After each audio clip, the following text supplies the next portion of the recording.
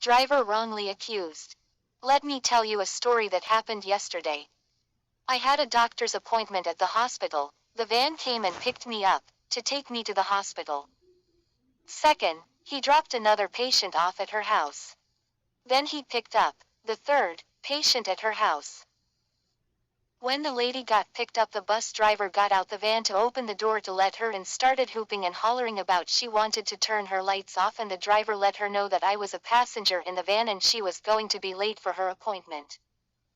She didn't care. She still continued to tell the driver she wants to turn her lights off, and the driver let her know. We have to go now. He opened the door to let the passenger in. She sat down on the seat, and the first thing that came out of her mouth, "I'm going to call and complain about your attitude, how disrespectful you were to me."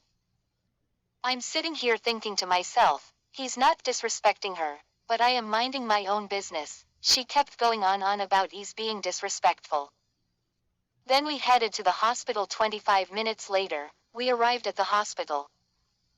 I informed him he can let me off right there on the sidewalk, because if you go inside the turnaround circle for the cars let people off, you wouldn't be able to get out. No, she got mad. Let me off in front of the door. Don't let me off here. And bus driver said, "Ma'am, it's going to be hard for me to get out." She didn't care. She said, "I'm calling your boss because you're not listening to me. You let the old lady next to me do what she wants to do." But you're not listening to me. I looked over at her. She is calling me old. She need to go look in the mirror at herself, because I can call her all kinds of names, but I'm polite and I'm acting like a lady. After we exit the bus, I got right on the phone and called the dispatcher to his job to inform them this older lady is going to complain about the bus driver that dropped us off at the hospital.